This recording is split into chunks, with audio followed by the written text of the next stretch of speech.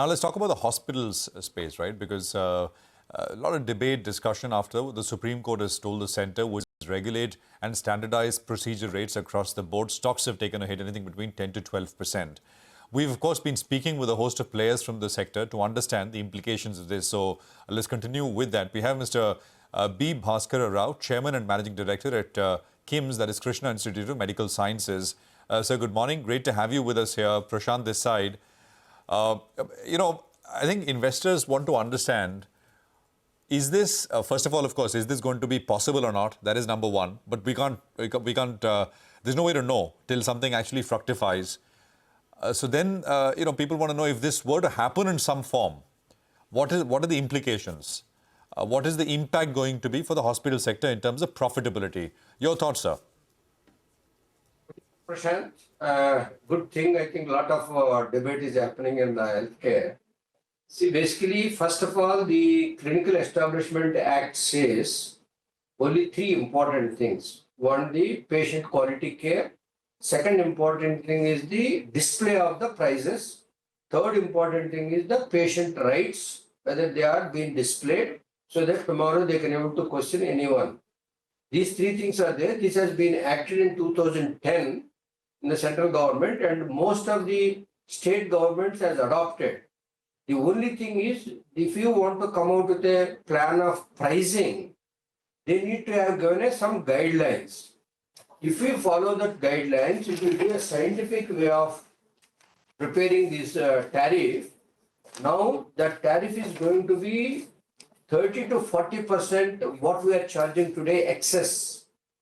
So that's why they could not able to come forward and say, basically the expenditure that they taken from ward boy and the material cost and the power cost, the taxes cost and everything, you do it.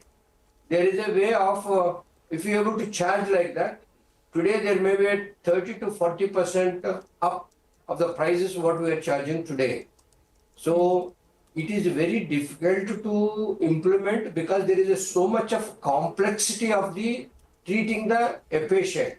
Same patient will have a comorbid conditions will be different. A patient doesn't have a comorbid conditions is entirely different of the outcomes and the long stay and the number of investigations we do. Now to see ease out for the patients, we are trying to make it as a package so that we can able to give a lower price. The only Mr. Rao? Right?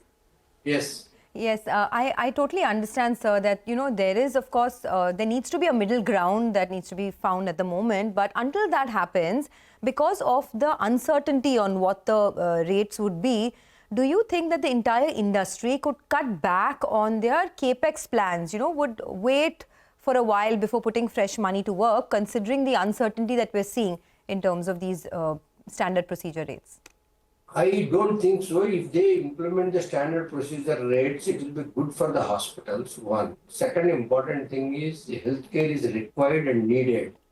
And maybe it doesn't take more than 6 months to 1 year to come out with a clear-cut guidelines, what needs to be done. Till the time, some of the people may able to may not start the new ventures, but whatever is the existing things has to be completed. Oh, you're saying you're in support of what the court is saying? Sorry, you said that it will be good for hospitals. If it is, if they can implement, it is very good for the hospitals. In terms of, and we're talking about benchmarking it to CGHS rates. That is what you're saying. You can't be able to mark into the CGHS rates. Basically, there is a CGHS rate, there is a Ayushman Bharat rates, there is a state government employee schemes. All are, we are being very, very subsidized. 50 to 60% of the subsidized rates when compared to the cash and insurance. If all parameters comes same, then it will be, patient will get benefit, hospital will get benefit out of it. Mr. Rao, fill us in with the basic detail then. What is the payer mix as of now? Government, institution and cash insurance. What is the mix for you? Usually it varies from the organization to organization. We have about 80% cash and insurance. 20% is the other like Ayushman Bharat schemes or state government schemes, Arogya Bhadrata schemes. These are all, we have a very, very low price than to the cash patients. So then that 80% comes under risk, right, sir? If the rates have to be dropped and they have to be standardized, then that could be a risk to your business. Explain to us why you believe it's not. If that 80% is going to implement the rates and it is unviable to the organization, no organization will be able to continue. Then we need to be able to discuss, come out a plan where the healthcare is very important for the public. And as well as it is creating a more employment in the country. So we Mr. cannot Rao, be able to say Right. Mr. Rao, unreasonably. got it. Yes. No, this is absolutely quality healthcare is as the court says, fundamental right for people and at an affordable price. That's understood. Now, so what is the most likely course? Do you believe? I mean, how are hospitals and I'm sure, sort of talking to the association, etc. Are you?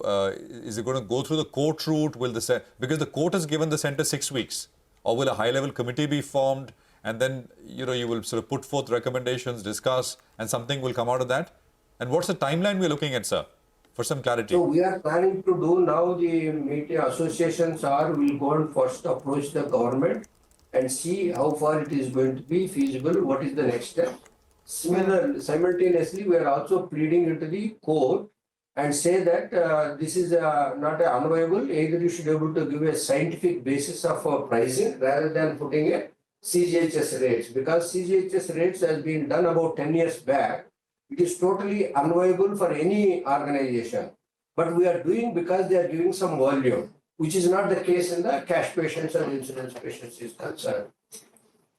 Now, the hospital industry has got a lot of investor interest in the past couple of years, right? Whether it is from venture capitalists, from PE investors, etc. Do you think that institutional interest could dip or financial interest could dip because of the lack of clarity on these rates? See, basically, whenever the investor is seeing, he wants to see the risk-free investments. So when this has come, they don't know how, or anybody doesn't know as of now, how it is going to shape. So that then they may also have a little bit of apprehensions whether we should be able to further invest or we'll wait till the concrete idea comes from both the government and from the court and from the institutions. Definitely, it is a natural phenomena for anyone who invests and wants to make money out of that. Then they will also see the risk of this entire journey of what's happening today. Okay. Mr. Rao, we had more questions, but we're out of time. So perhaps you will come back, in a couple of weeks' time and tell us what are the discussions with the association and what's the latest in this matter? Because, I think a lot of interest around how this goes on from here. But good speaking with you on CNBC TV18 today.